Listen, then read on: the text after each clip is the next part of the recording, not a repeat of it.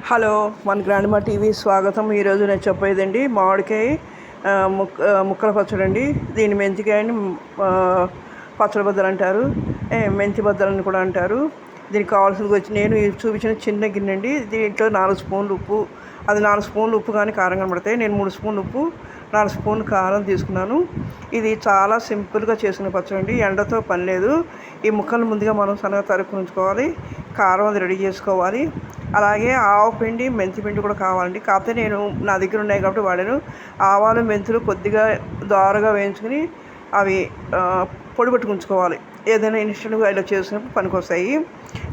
ముందుగా ఈ ముక్కలు తరుక్కున్న తర్వాత నేను 1.5 కాయ, ముక్కల ఆవకాయకి 1.5 కాయ ఇలా మెంతి బద్దలకి వేసానండి.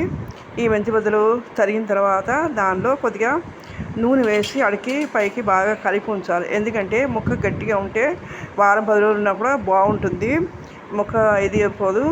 తర్వాత మనం దాంట్లోనే ఉప్పు, కారం, కొద్దిగా పసుపు, ఈ నేను రెడీగా ఉంచుకున్న 1 స్పూన్ ఆవపిండి, 2 స్పూన్లు మెంతిపిండి వేసి అడికి పైకి బాగా కలుపుకోండి. ఇదేంటి మెంతులు అవి ఆవాలు దోరగా వేయించుకొని పొడి పెట్టి ఉంచుకోవాలి. ఈ పొడి ఏంటంటే మెంతి పొడి టమాటా పచ్చడి, నిమ్మకాయ అలా ఏదైనా ఊరగాయ పెట్టినప్పుడు పనికొస్తుంది. కొద్దిగా అయితే మిక్సీ పడుతుంది కాబట్టి కొద్దిగా ఎక్కువ పెట్టుకుని చేసుకుని ఉంచుకుంటాను అదండి.